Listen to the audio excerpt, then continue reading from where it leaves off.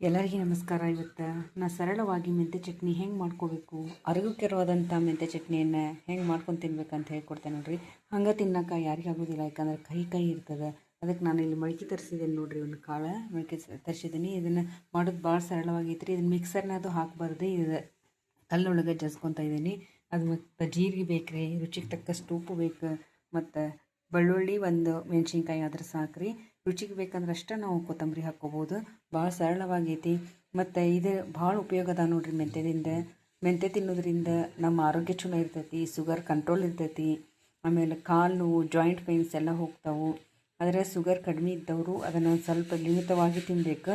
ಈಗ ನಾವು ಶುಗರ್ ಬರೋರದೇವಿ, ಇನ್ನೂ ಶುಗರ್ ಬರೋ ಸ್ಟೇಜ್ನಾಗ ಇದ್ದಾರೆ. ಅವರೆಲ್ಲರೂ ನಿಯಮಿತವಾಗಿ ಮೆಂತ್ಯ ಚಟ್ನಿ ತಿನ್ನಬೇಕು. ಇಲ್ಲ ಮೆಂತ್ಯ ಕಾಳು ರಾತ್ರಿ ನೆನೆಹಾಕಿ ಮುಂಜಾನೆ ತಿನ್ನಬೇಕು. ಭಾಳ ಒಳ್ಳೇದು ರೀ ಆರೋಗ್ಯಕ್ಕೆ.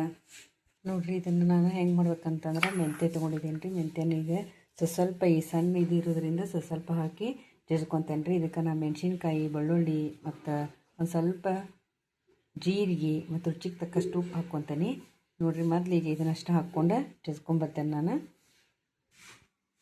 ನೋಡಿರಿ, ಅಷ್ಟು ಕಾಳು ಹಾಕಿದ್ದೀನಿ ನಾನು, ಹಾಕಿ ಜಜ್ತಾ ಇದ್ದೇನೆ.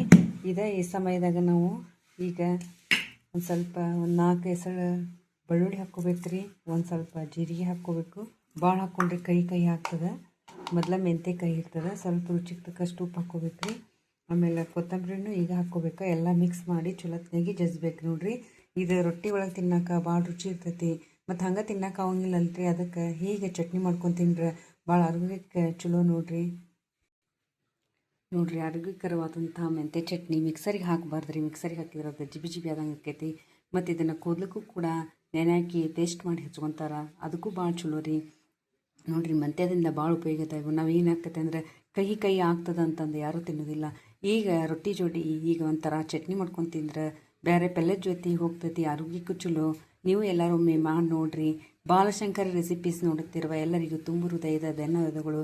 ನನ್ನ ವಿಡಿಯೋಗಳನ್ನು ಹೆಚ್ಚೆಚ್ಚು ನೋಡಿರಿ, ಲೈಕ್ ಮಾಡಿರಿ, ಕಮೆಂಟ್ಸ್ ಮಾಡಿರಿ, ಬೇರೆದವರಿಗೆ ಶೇರ್ ಮಾಡಿರಿ ಅಂತ ಹೇಳ್ತಾ ಎಲ್ಲರಿಗೂ ಧನ್ಯವಾದ ಹೇಳ್ತೇನೆ ನೋಡಿರಿ.